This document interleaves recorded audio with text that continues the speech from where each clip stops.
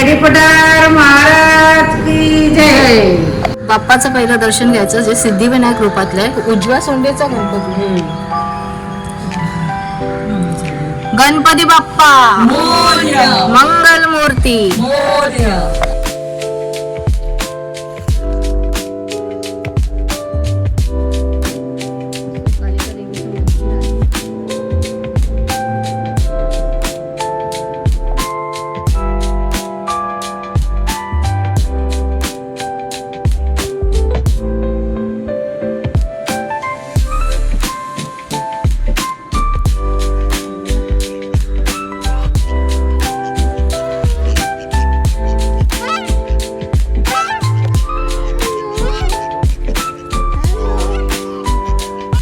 झरा आपल्याला दिसेल आणि त्यांनी आता ते व्यवस्थित त्याचं बांधकाम केलेलं आहे दगडी. आणि तो झरा जिथून येतो तिथे पुढे ते गोमुख लावलेलं आहे. ओके. गाईच्या मुखातून ते गोडं पाणी सतत पडत राहतं आणि पुढे त्याला वाट काढून दिलेली आहे. आणि हा सगळा तलाव आता जो आपल्याला दिसतो दगडी तो नानासाहेब पेशव्यांनी बांधलेला आहे. अच्छा. कालखंड आपण बघितलं तर 25 लाख वर्ष. हो. रामाचं बघितलं तर 10,000 वर्ष. म्हणजे हे क्षेत्र किमान 10,000 वर्ष जुनं आहे. असं. हाय हॅलो नमस्कार, मी पल्लवी. माझ्या चॅनलमध्ये तुमचं खूप खूप खूप स्वागत. आज आम्ही आलो आहोत वाळकेश्वरला. वाळकेश्वरला येथील जी मंदिर आहे त्यांचं आम्ही आता त्या दर्शन घेणार आहोत. माझ्याबरोबर माझ्या काही मैत्रिणी आहेत तर त्यांची मी तुम्हाला इंट्रोड्यूस करून देते. एलकोट एलकोट जय मल्हार सदानंदाचा एलकोट आई अंबाबाईचा उदे उदे. गडीपटार महाराज की जय. किती वर्ष झाली या मंदिराला? या मंदिराला 250 वर्ष झाली. 250. अच्छा, मग तुम्ही कधीपासून आहात? आता मला झाले आता कमी कमी 30 वर्ष येते. 30 वर्ष इथे तुम्ही सेवा करताय. सो मल्हार म्हणजे आपलं शंकराचंच आपलं हे शंकराचंच आहे बघा. खाली 5 मिनिट आहे ते बघा. 5 मिनिट शंकराचंच अवतार आहे. बरोबर.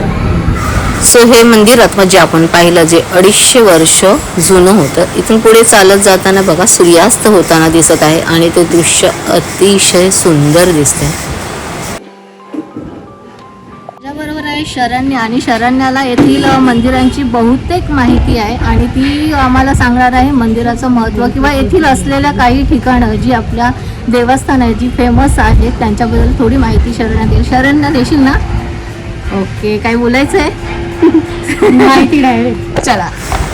सो पुढील मंदिरांचं पाहण्यासाठी दर्शन घेण्यासाठी असंच पुढे चालत जायचं आहे तुम्हाला. चालता तुम्हाला असेच पायऱ्या लागतील. त्या चालताना प्लीज सावधानता बाळगा कारण त्या पायऱ्या दगडी आहेत. आता आपण बांधवलेला खाली उतरून जातो. हां. दगडी पायऱ्या आहेत. ओके. सगळे मुंबईचे तिथून ना याची फ्रेम फोटोची फ्रेम म्हणून खूप छान दिसते. आणि उभी तिकडे येतो तुला दगडी मंदिर हां. दगडी सगळं बांधकाम. अच्छा, इथे का? अच्छा. शरण्याच्या मतानुसार इथे सगळं दगडी बांधकाम आहे. मंदिरच आहेत का इथे? मंदिर आपण पहिल्यांदा बघणार आहोत. ते बांधलेलं आहे का गुजराती माणसाने, पण त्याची पूर्ण रचना ही मराठी नागर शैलीची रचना आहे. म्हणजे जर तू पुण्याचं कसबा मंदिर वगैरे बघितलं असशील ओके. ते कसं खास मराठी शैलीचं मंदिर आहे. तसं त्यांनी आज म्हणजे पेशव्यांनी जसं आपलं बांधलेलं आहे त्या टाईपचं नागर मराठी नागर शैली म्हणतात त्याला. ओके. तर अगदी त्यांनी तसं बांधलं आणि ते मेंटेन केलेलं आहे अजून छान. अच्छा. व्यंकटेश बालाजी मंदिर. हे बघा त्याचं नाव आहे व्यंकटेश बालाजी मंदिर. सो साल पण इथे दिलेलं आहे 1789चं आहे व्यंकटेश बालाजी मंदिर. इकडचं बांधकाम बघा. पेशवेकालीन मंदिरं जशी असतात लाकूड काम सगळं. मंदिराची एक खासियत म्हणजे इकडे तू बघितलंस तर गणपती बाप्पा आहे आणि तो सिद्धिविनायक रूपातला. ओके. सो ह्या मंदिरात आल्यावर जसं शरण्या बोलली बाप्पाचं पहिलं दर्शन घ्यायचं जे सिद्धिविनायक रूपातलं आहे. उजव्या सोंडेचा गणपती. गणपती बाप्पा मोरया मंगल मूर्ती. मोरया. नमस्कार माते, कैसे हो? साफ सफाई चल रही. ओके.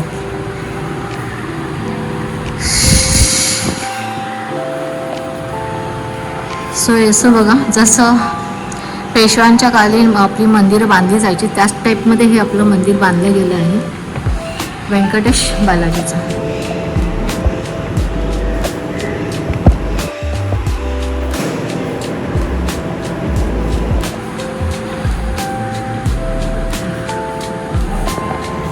मंदिरात पण एका साईडला तुम्हाला गणेशाची मूर्ती दिसते.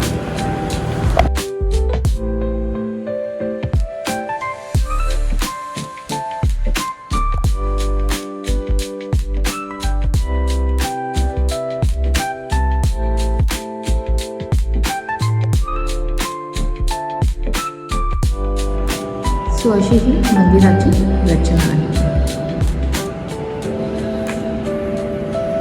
चला, चा परिसर बघा, संपूर्ण झाड आहेत तिथे. ही कोणती आहेत?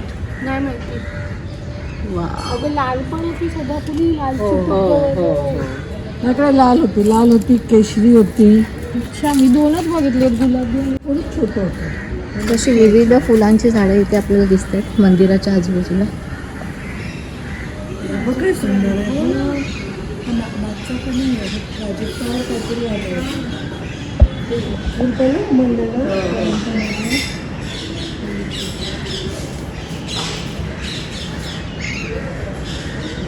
चढल्यावर खाली पण नागचाफा सारखं आहे, पण हे नागचाफा नाही आहे. बोली असते तसं पूर्ण अबोलीच आहे ती. इथे पण आहे ती, एक पिवळी आणि एक अबोली रंगाची. हो ना. वाव,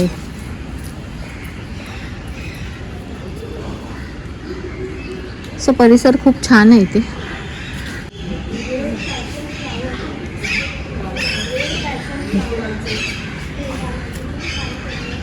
वाव, हे बघा, वा वा वा, काय मस्त आहे.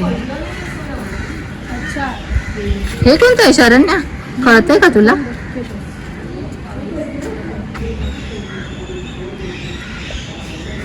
मस्त आहे ना. असं वाटतं काहीतरी हँडमेड आहे. हे बघ, वेगवेगळ्या प्रकारची कलरची सदाफुली.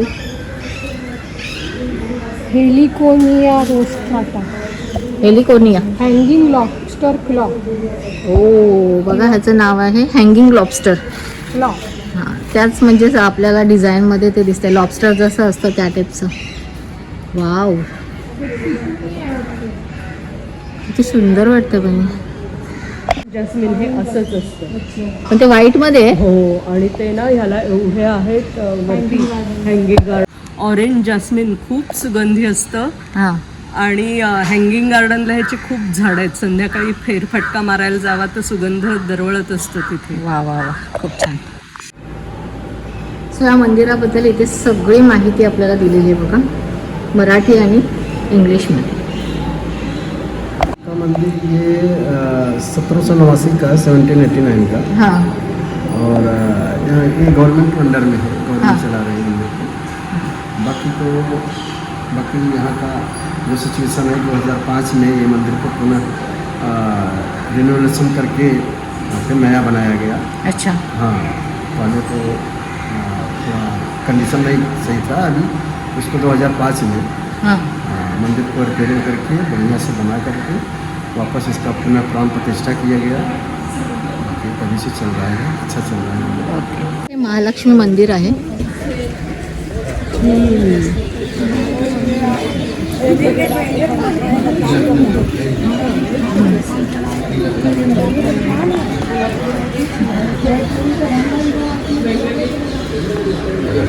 गाड़ी है तो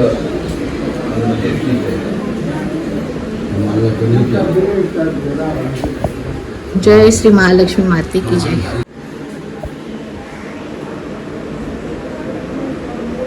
सो सो हे मंदिर आपलं महालक्ष्मीचं मेन आहे.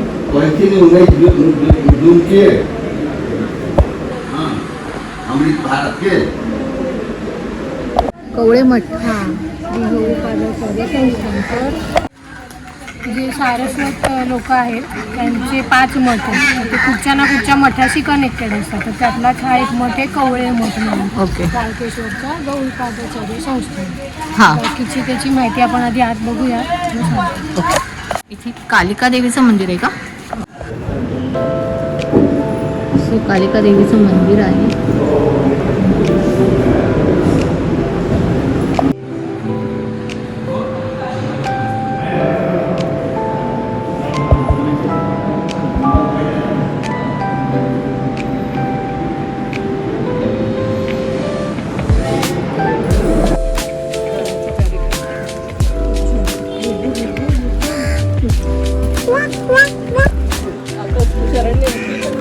सो हे बाणगंगा.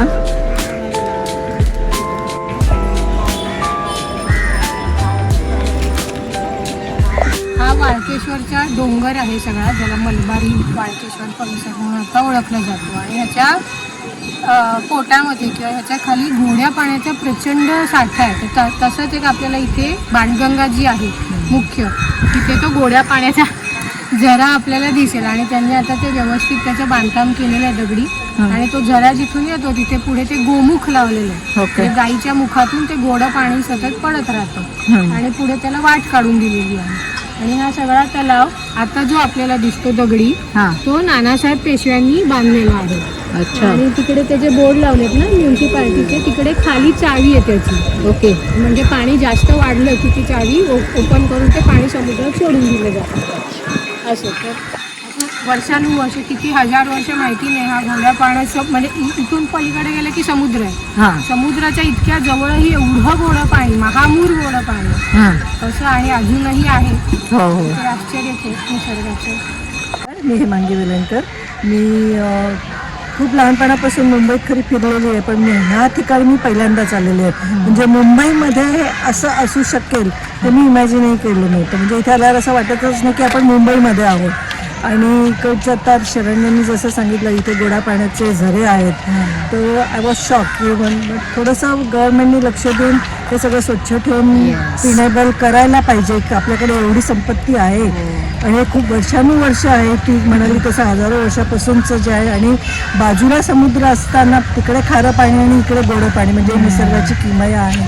हे आपण कुठेतरी जतन करून ठेवलं पाहिजे आणि कोणीतरी याच्यात लक्ष घालून हे स्वच्छ ठेवलं पाहिजे, जेणेकरून हे पाणी पिणे आधी हे पिण्याचं पाणी होतं, पण आता ते इतकं सगळं काय काय काय काय तिथे केल्यामुळे कचरा वगैरे असल्यामुळे ते आपण नाही पिऊ शकत. खरं हे खूप सुंदर आहे. स्पिरिच्युअल एवढं महत्व आहे, खूप महत्व आहे. पण तितकी म्हणजे निगा घेतली ती गव्हर्नमेंटने केलं पाहिजे कुठेतरी, कारण हे खूप रेअर आहे असं की समुद्राच्या जवळ गोड्या पाण्याचे झरे आहे, विच इज खरंच मिरॅकल आहे. कोणी बघितलं नसेल तर बंद केलीस नाही, कोणी बघितलं नसेल तर आवर्जून या. इथे वाळकेश्वर हे ठिकाण आहे. मुंबईत आल्यानंतर मुंबई दर्शन जेव्हा तुम्ही करता तेव्हा वाळकेश्वरला, मुंबई सोडायच्या आधी वाळकेश्वरला नक्की व्हिजिट द्या. खूप छान आहे, बघण्यासारखं आहे. चला, तर हेमांगीने पण आपल्याला खूप छान याच्याबद्दल सांगितलं, तिच्या अनुभवाबद्दल. पहिल्यांदाच ती आली आहे आणि तिला खूप आवडलं इकडे. पण एवढंच तिचं म्हणणं आहे की ते जर येत आहे आणि तर कचरा प्लीज करू नका. या जागेचं एक छान महत्त्व आहे, तर त्याला स्वच्छता राखा हे म्हणणं आहे आपलं. आणि सरकारने याकडे थोडंसं लक्ष द्यावं, त्याची निगराणी करावी, एवढंच आहे म्हणणं. बस, थँक्यू. तर तुम्हाला जागोजागी इथे जर याल वाळकेश्वरला, बाणगंगेला, तुम्हाला नेहमीच अशी बदकं बघायला दिसेल. बघा त्यांचे आवाज, वाव, हे बघा.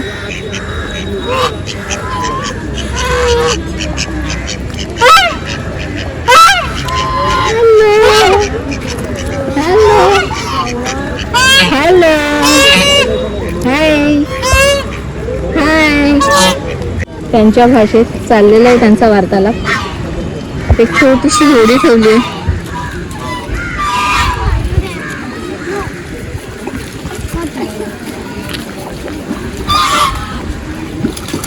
हो, मस्ती बघा, मस्ती बघा. जसं तुम्हाला सांगितलं इथे हा पाण्याचा उगम आहे, इथून हे पाणी स्टार्ट होतंय बघा आणि इथे हा कुंड आहे. सो इथे खूप लोक येतात. जसं मी तुम्हाला बोलली याला एक आध्यात्मिक महत्त्व आहे. इथे आंघोळी करण्यासाठी म्हणजे जसं गंगेत आंघोळ करतात तसंच या पाण्यातही आंघोळी करून मनाला एक मनशांती मिळवण्यासाठी किंवा एक पुण्य मिळवण्यासाठी इथे लोक येतात. सो ह्या काही आपल्या शिवाच्या मूर्त्या असतील, शिवलिंग वगैरे इथे ठेवलं गेलंय. सो अशा प्रकारे ही बाणगंगेची महती आणि माहिती. ज्या देवाच्या नावावरून ह्या स्थानाला वाळकेश्वर नाव पडलं ते हे मुख्य मंदिर वाळकेश्वर, वाळुकेश्वर.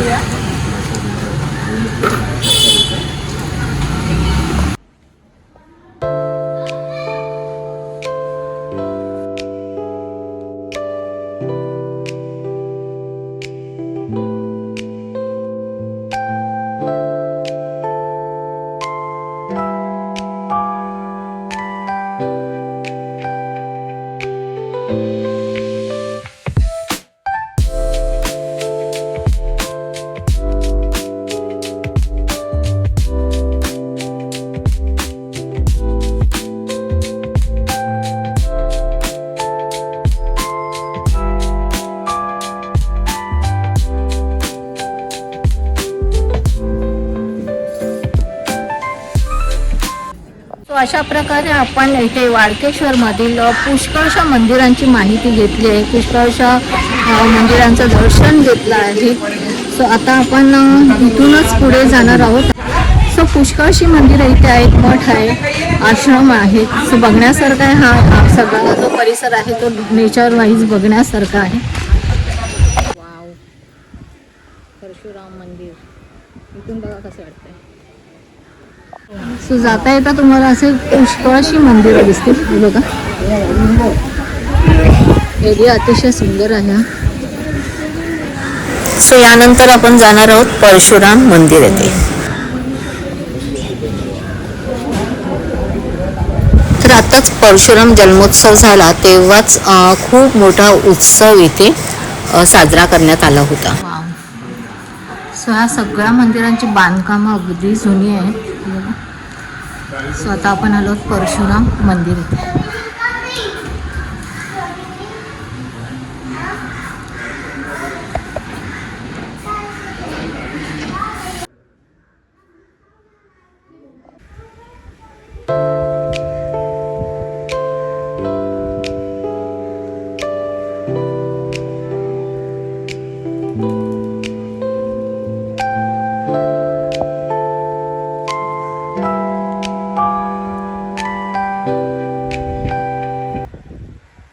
वाळकेश्वरच्या परशुराम मंदिरात आपण बसलो आहोत. तर वाळकेश्वराची गोष्ट काय, तर असं म्हटलं जातं भगवान परशुरामाने 21 वेळा पृथ्वी निक्षत्रिय केली. म्हणजे 21 माजलेल्या राजांना त्याने मारून टाकलं आणि त्याला काय पृथ्वीवर राज्य करण्यात इंटरेस्ट नव्हता, म्हणून त्याने ती जिंकलेली पृथ्वी कश्यप ऋषींना दान केली. तर कश्यप ऋषींना पण त्याच्यामध्ये राज्य करण्यात इंटरेस्ट नव्हता, म्हणून ज्या राजांना मारलं परशुरामाने त्यांच्या राजपुत्रांना कश्यप ऋषींनी बोलावलं आणि सांगितलं की आता तुम्ही व्यवस्थितपणे पृथ्वीवर राज्य करा. तर ते घाबरले होते की आम्हाला पण जर मारलं परशुरामाने तर काय. तर ऋषी म्हणाले की तुम्ही म्हणजे माझून काम करू नका असं. आणि अजून त्यांची भीती घालवायला म्हणून कश्यप ऋषी म्हणाले परशुरामांना की आता तू मला ही भूमी दान दिलेली आहेस तर तू इकडे राहू नकोस. म्हणून परशुरामांनी सह्याद्रीच्या एका शिखरावर ते उभे राहिले आणि तिकडून समुद्रावरती ब्रह्मास्त्र सोडलं. आता काही पुराणांमध्ये उल्लेख आहे ब्रह्मास्त्र सोडलं, काही ठिकाणी उल्लेख आहे एकामागून एक 7 बाण सोडले असं. आणि समुद्र मागे हटवला. ती जी चिंचोळी भूमीची पट्टी तयार झाली ज्याला आज आपण कोकण म्हणून ओळखतो, ती परशुरामांनी नव्याने निर्माण केलेली भूमी. आणि ती गुजरातमधल्या भृगू कच्छ किंवा आजचं भडोच पासून थेट केरळ कन्याकुमारी पर्यंत अशी पूर्ण चिंचोळी पट्टी पसरलेली आहे. ओके, म्हणजे गुजरात ते केरळ. ओके, नाहीतर तोपर्यंत समुद्र थेट सह्याद्रीला धडकायचा. आता ह्याचा पुरावा काय, तर सह्याद्रीमध्ये ठिकठिकाणी अजूनही डोंगरामध्ये शंख शिंपले आढळतात. जसे समुद्रात असतात तसे, पण ते खूप पातळ, त्याचं म्हणजे कॅल्शियम झिजून कवच त्याचं पातळ झालेलं असतं. मला स्वतःला टकमक, जे पालघर जिल्ह्यामध्ये टकमक किल्ला आहे तिकडे असे शंख शिंपले मिळालेले आहेत. आणि ही गोष्ट कधी घडली तर साधारण 25 लाख वर्षांपूर्वी घडली, असं आपल्या पुराणांमध्ये जे उल्लेख येतात त्याच्यावरून आपण धरू शकतो. मग आता ही भूमी नव्याने वसली, मग तिकडे लोक बोलावले पाहिजेत, शेती व्यापार सगळं करायला पाहिजे. म्हणून भगवान परशुरामांनी ठिकठिकाणून सगळ्या लोकांना बोलावलं, इथे या भूमी नांती करा, किंवा समुद्रातून जी गलबत फुटून आली होती त्यातले मेलेले जे लोक होते त्यांना जिवंत केलं आणि इथे भूमी वस्ती करा असं सांगितलं. मग असं सांगितलं जातं की आता लोक आले तर त्यांच्यासाठी देव पाहिजेत, म्हणून त्यांनी ठिकठिकाणी शंकराच्या पिंडी निर्माण केल्या. तर त्यातलीच ही एक वाळूची त्यांनी पिंड बनवली, म्हणून ती वालुकेश्वर, वाळूची बनवलेली पिंड, म्हणून तो वालुकेश्वरचा मराठी शब्द झाला वाळुकेश्वर. मग देव आला तर देवाला पाणी पाहिजे स्नानाला, म्हणून त्यांनी जमिनीत एके ठिकाणी बाण मारला आणि तिथून गंगावरती काढली. तर त्याची ही झाली बाणगंगा. बरोबर. तर आता एक गोष्ट परशुरामाची सांगितली जाते, एक गोष्ट रामाची सांगितली जाते की दंडकारण्यातून रावणाने सीतेला जेव्हा पळवलं तेव्हा तिच्या शोधासाठी राम लक्ष्मण फिरत फिरत अनेक ठिकाणी गेले, तसे करत ते इथे आले.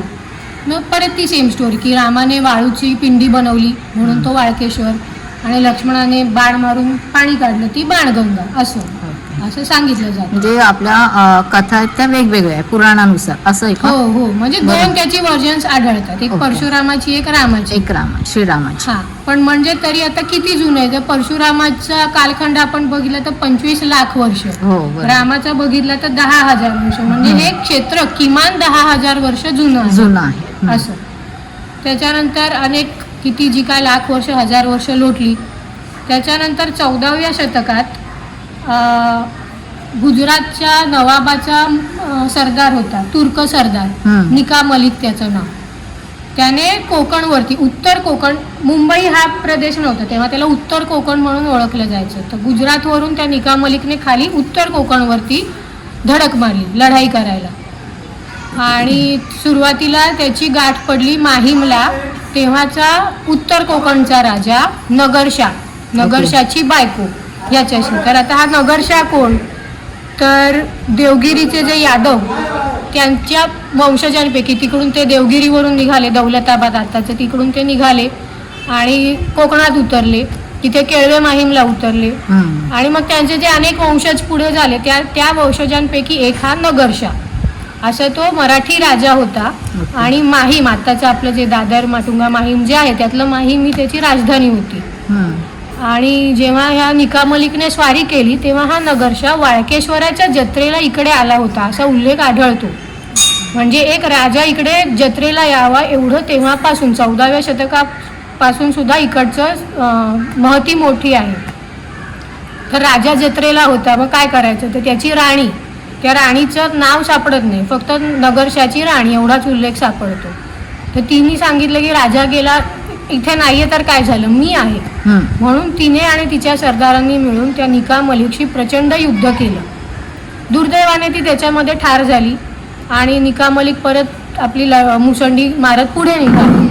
इथे नगरशाला जेव्हा तो वाळकेश्वरला आलेला असताना जत्रेला ही बातमी कळली तेव्हा तो आपल्या सगळ्या सैन्यासकट मागे फिरला आणि त्याची आणि निका मलिकची आत्ताचं जे भायखळा ठिकाण आहे तिकडे परत घनघोर लढाई झाली. आणि परत दुर्दैवाने त्यात नागरशा राजा ठार झाला आणि निका मलिक पुढे घुसला अजून उत्तर कोकणात. आणि जे काही सगळे मुसलमान जे करतात जाळपोळ, लुटालूट, देवालय उद्ध्वस्त करायची, त्या पद्धतीने त्याने वाळकेश्वराचं मुख्य जे पुरातन मंदिर होतं ते उद्ध्वस्त केलं. तर आत्ताचं जे राजभवन आहे, जो राज्यपालांचा बंगला आहे, तिकडे ते मूळ पहिल्यापासूनचं चालत आलेलं मंदिर असावं असा अंदाज आहे. आता आपण इथे बाणगंगेच्या किनाऱ्यावर जे जुनं बघितलं ते. त्याच्यानंतर मग पोर्तुगीजांचा अंमल चालू झाला मुंबईवरती. गोव्यापासून ते वर सरकत इथपर्यंत आले. तर तोपर्यंत आपल्या इकडच्या स्थानिक लोकांनी काय रुटूकुटू त्यांना जमेल तसं एक छोटंसं आपलं मंदिर उभारलं होतं. पोर्तुगीज आले, त्यांच्या रेट्यामध्ये परत ते मंदिर सगळं उद्ध्वस्त झालं. त्याच्यानंतर साधारण 1690 साली म्हणजे संभाजी महाराजांच्या समकालीन असा ह्या ठिकाणी राम कामत नावाचा व्यापारी होता. त्याने आता जे आपण मंदिर बघितलं त्या ठिकाणी परत एक व्यवस्थित मंदिर निर्माण केलं. आणि हा जो आपण खाली बाणगंगा तलाव बघतो हा नानासाहेब पेशव्यांनी बांधला. म्हणजे त्यांच्यानंतर राम कामतानंतर साधारण 70 वर्षानंतर हा बांधला. 1700 कितीतरी सालात तो बांधलेला आहे. आणि आताचं जे मंदिर बघतो ते खरं तर काय असं शैली आपली पाहिजे किंवा जुनी आपण दगडी देवळं बघतो तसं काही नाही. ते बेसिक एक मंदिर आहे एवढंच. आणि ती मात्र वाळूची आपली जी वाळुकेश्वर आहे तो मुख्यत्व आहे तिकडे. अशी सगळी ती गोष्ट आहे. परशुरामाचं मंदिर हे साधारण 1970च्या सुमारास बांधलेलं आहे. आणि शेगावचे गजानन महाराज नाही, अक्कलकोटचे गजानन महाराज म्हणून एक महाराज होते, ते इकडे आले होते आणि त्यांनी असं सांगितलं की हे परशुराम भूमी आहे ही, तर इकडे परशुरामांचं मंदिर पाहिजे म्हणून हे आत्ताचं आपलं जे मंदिर आहे ते आपल्याला दिसतं. आणि याची खूण काय, हे आत्ता बांधलेलं आहे म्हणजे 70s मध्ये, हो ना. आणि म्हणजे खूण काय किंवा संकेत काय, तर ह्याचा पाया खोदत असताना एक जमदग्नी ऋषींची मूर्ती सापडली हो असं. आणि हे गजानन महाराज जे आहेत ते अग्निहोत्र त्यांनी कसं करायचं हे सगळ्यांना शिकवलं. तर तिकडे बोर्ड पण येते अग्निहोत्र कसं करायचं आणि इथे त्या गजानन महाराजांचा फोटो पण आहे असं. आणि ह्या अख्ख्या परिसरामध्ये शेकडो नाही हजारो देवळं आहेत. आपण किती पाहू तितकं कमी असं आहे. लहान मोठी अशी खूप मंदिर आहेत, सगळी जुनी आणि अशी खूप आहेत. आणि वाळकेश्वराचं अजून माहिती सांगायची तर इथे 2 स्मशानं आहेत. त्यातलं जुनं जे स्मशान आहे त्याच्यामध्ये मुंबईतले अनेक त्या काळचे जुने मोठे लोक, व्यापारी असतील, शेठ असतील कोणी, त्यांच्या समाधी आहेत. त्यातली महत्वाची समाधी म्हणजे वैदिक मॅथ्स ज्यांनी तयार केलं ते शंकराचार्य महाराज, त्यांची एक समाधी तिकडे आहे का. आणि जे नवं स्मशान आहे तिकडे कोल्हापूर जवळचे काडसिद्धेश्वर महाराज म्हणून एक होते, त्यांची समाधी आपल्या वाळकेश्वरच्या स्मशानात आहे. आता काय आपण जाणार नाही तिकडे, अशी माहिती आहे. चला, thank you so much. Thank you Sharanya माहितीबद्दल. खूप सुंदर माहिती दिलीस. म्हणजे आम्हाला तरी माहिती नव्हती या जागेबद्दल, एवढं सगळं ज्ञान नव्हतं, पण तुझ्यामुळे इतकं समजलं त्याबद्दल व्हेरी थँक्यू. खूप आभारी आहे. अजून हे शेगावचे ना, नाही अक्कलकोटचे गजानन महाराज.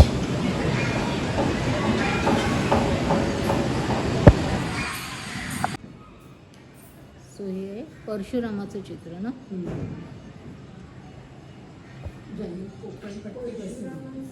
सो वाळकेश्वरमधली आपण बहुतेक सगळी म्हणजे जेवढी आपली महत्त्वाची जी मंदिर आहे त्यांना भेट दिलेली आहे, त्यांचं दर्शन घेतलेलं आहे. कशी वाटली तुम्हाला ही माहिती आणि येथील परिसर कसा वाटला तेही मला सांगा. व्हिडिओ आवडल्यास व्हिडिओला लाईक करा, चॅनलला सबस्क्राईब करायला अजिबात विसरू नका. Thank you so much.